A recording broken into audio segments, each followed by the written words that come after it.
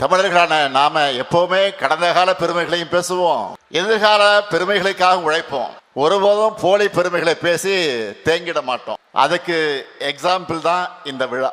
எதுக்காக இதையெல்லாம் சொல்றேன்னா, உங்களுடைய திறனும் பகுத்தறிவும் அறிவியல் பார்வையும் என்கரேஜ் செய்யப்பட்டால்தான் புது புது கண்டுபிடிப்புகள், தொழில்நுட்பம் வளரும்.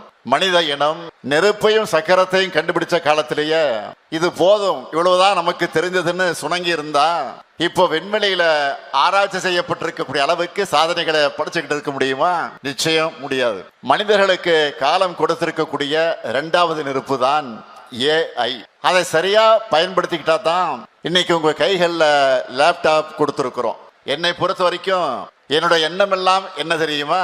நீங்க என்ன படிக்கிறீங்க, எத்தனை டிகிரி வாங்குறீங்க, என்ன வேலைகள்ல எவ்வளவு பெரிய உயர் பொறுப்புகள்ல இருக்கீங்க, சக்சஸ்ஃபுல்லா சொந்தமா தொழில் நடத்துறீங்களா, உங்களால எத்தனை பேருக்கு வேலை கொடுக்க முடியுது, உங்களுடைய வளர்ச்சியால நீங்க இந்த சமுதாயத்துக்கு என்ன செய்வீங்க?